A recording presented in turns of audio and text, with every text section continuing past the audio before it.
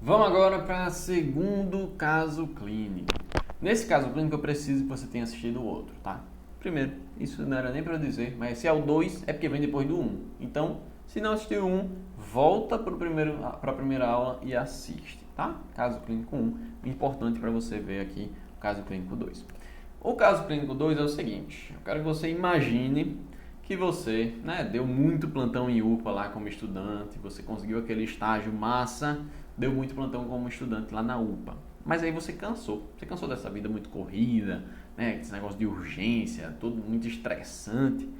E aí quando você se formou, você vai quer uma vida mais tranquila, vou trabalhar em uma UBS. Consegui uma vaguinha lá na UBS, mais perto lá da sua casa, muito boa vaguinha para você. E aí você foi lá no seu primeiro dia, atendimentos da manhã super tranquilos, muito de boa, você já pensa, opa, é isso que eu quero pro resto da minha vida. E aí vai, almoça, volta, um buchinho cheio e já vai chamando os pacientes. O primeiro paciente que entra depois do almoço é Marcos. Marcos, 34 anos. Ele olha para você e fala, olha, mas você? Eu lembro de você, você me tratou quando eu era pequeno, eu fui na UPA, você disse que eu tinha asma e me tratou, foi quem me deu o diagnóstico. Aí você fala, você não lembra, né? Mas você fala, eu lembro demais de você, como você cresceu, tá diferente. E aí, você pergunta, o que é que tá acontecendo? Por que é que você voltou aqui? A asma tá de novo, apertando? Ele, não, a asma tá tranquilo, tô tomando os remédios bem direitinho. Então o que é que foi? Marcos, ele te diz que ele começou a fumar muito cedo, tá? Muito cedo. E aí, mais recentemente, ele começou com uma dispneia, uma tosse. E aí ele estava ficando preocupado, sabe? Ele disse que pesquisou no Google, e aí quando ele pesquisou, ele encontrou lá que era câncer de pulmão, porque ele fumou muito, teve câncer de pulmão. E aí você já começa a pensar nisso aí. Bora lá. Antes da gente ver o diagnóstico em si do que a gente vai ver nessa aula, eu quero que você pause agora, e tente raciocinar um pouquinho, tente formular a hipótese diagnóstica aí. Então, fumou bastante, pode ser câncer de pulmão? Pode. Então se for câncer de pulmão, a gente vai questionar sobre o quê? Como era esse tabagismo, se era muito intenso, Se teve perda de peso, pode ter perda de peso aí na neoplasia. Algum histórico familiar, alguma predisposição genética que ele possa ter. Então são coisas importantes que a gente precisa questionar para afastar ou diminuir a chance de ser o câncer de pulmão, tá bom? Mas o que a gente vai discutir hoje não é câncer de pulmão. O que Marcos tem, na verdade, é uma doença pulmonar obstrutiva crônica, DPOC. E assim como todas as imagens que a gente mostra aqui, essa imagem é muito importante. Olha para ela que você vai entender bem direitinho o que é a DPOC. Vou até pegar o apontador aqui para te mostrar exatamente o que é que está acontecendo. Então a gente tem aqui enfisema, certo? E bronquite crônica. Então, DPOC nada mais é do que o conjunto dessas duas coisas. A gente tem de um lado enfisema, do outro uma bronquite crônica. Então, se você pensa em DPOC, você precisa entender que é a junção desses dois. Mas tem um paciente que só tem bronquite, tem um paciente que só tem enfisema. Vai encontrar os dois em proporções diferentes. Tem paciente que tem mais enfisema, tem um DPOC com uma porção maior de enfisema. Tem paciente que vai ter mais bronquite do que enfisema, mas vamos encontrar os dois, tá bom? Então, voltando para a imagem, o que é enfisema e o que é bronquite crônica. Olhando as imagens aqui que aparecem dentro desses círculos, a gente já consegue perceber mais ou menos o que é cada um. Então, no enfisema, a gente está tendo aqui uma ruptura dos alvéolos. O que são alvéolos? Alvéolos nada mais é um alvéolo pulmonar, nada mais é do que uma unidade do pulmão, a unidade fundamental aí do pulmão, onde ocorrem as trocas gasosas. Então, se tem essa ruptura dos alvéolos, você concorda que as trocas gasosas estão prejudicadas. Se estão prejudicadas, está explicado a dispneia. Beleza? Enfisema, show. Mas e a bronquite? Bronquite crônica é a produção aumentada de muco. Então você percebe aqui na imagem que a gente está tendo um acúmulo de muco nos brônquios, né? Então isso, a gente já vai pensando aí em algumas alterações no exame físico que a gente pode chegar a ter, né?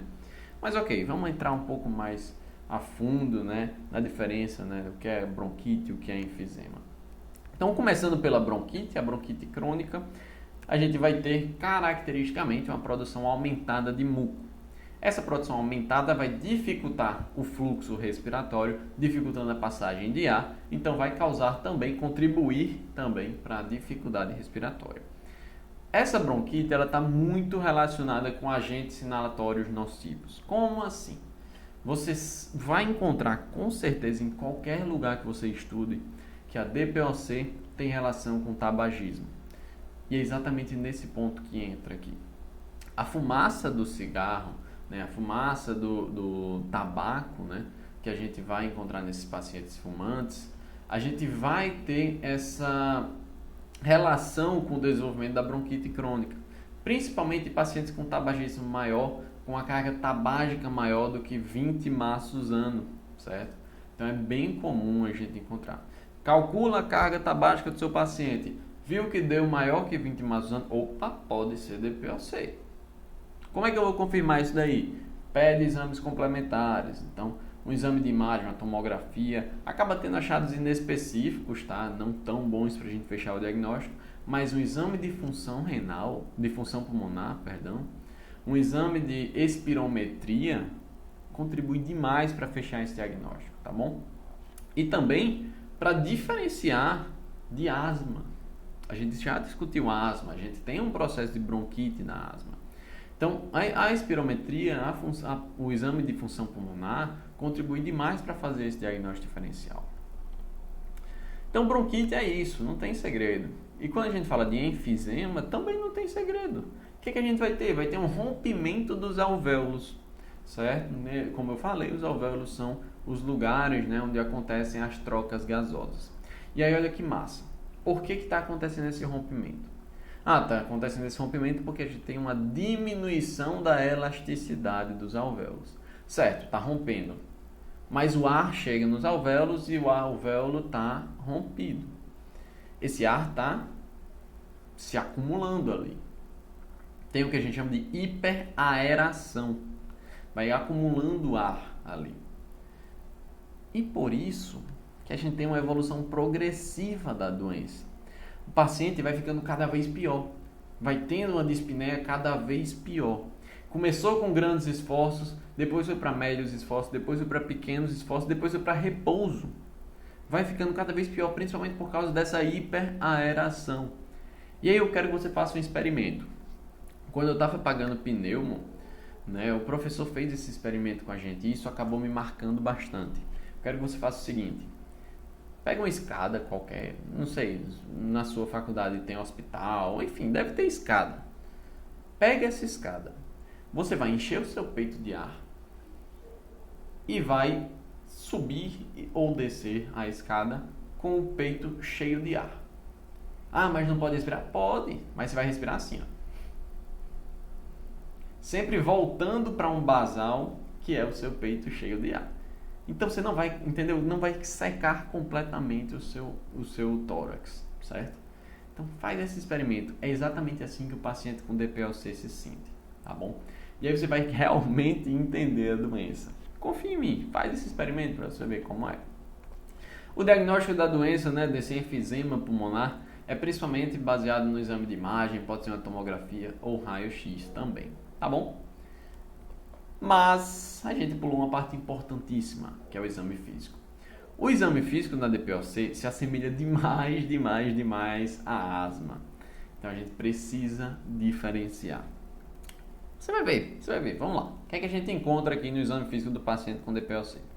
A gente encontra um paciente que pode estar eupneico ou taquipneico, pode estar taquipneico tentando compensar essa dispneia e também por essa redução, né, da amplitude respiratória.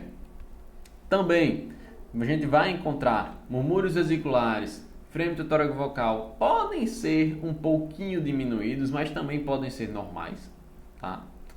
Por que isso pode acontecer?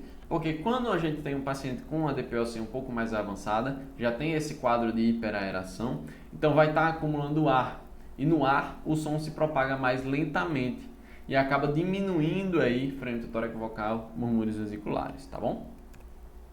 A gente também pode encontrar sibilos. Ah, meu Deus, sibilo, eu já tinha notado que era asma, e agora? Bom, sibilo também pode ser DPOC, né? Por quê? Tá tendo bronquite, tá acumulando muco ali nos brônquios. Então a gente pode ter bronquite, pode ter sibilos, né? Também a gente vai encontrar um hipertimpanismo, porque isso aqui a gente já explicou, devido principalmente à hiperaeração, tá? Se tem hiperaeração, está acumulando ar, se acumula ar, aumenta aí o timpanismo. E também vamos encontrar uma expansibilidade reduzida, mas de uma forma mais difusa e também dos dois lados, né, bilateral. Isso aí principalmente também devido à hiperaeração, também acaba justificando essa redução da expansibilidade. Show! Então nessa aula aqui a gente viu DPOC e eu só preciso que você decore aqui esses dois primeiros tópicos. Quero que você lembre que DPOC é enfisema pulmonar e bronquite crônica e eu quero que você lembre da hiperaeração. Por que só esses dois? Porque esses dois vão justificar tudo que você encontra no exame físico. Então, por exemplo, vai encontrar hipertimpanismo. Por quê? Porque tem hiperaeração. Vai encontrar murmúrios vesiculares reduzidos. Por quê? Porque tem hiperaeração. Vai encontrar sibilos. Por quê? Porque tem acometimento de brônquio, tem bronquite. Vai encontrar um quadro parecido, né, com a asma, dispneia. Por quê? Bronquite, enfisema, hiperaeração, tudo isso vai gerar esse quadro muito semelhante ao da asma. A gente precisa fazer esse diagnóstico diferencial, tá bom? Então, realmente espero que você tenha gostado dessa aula e a gente se encontra na próxima aula.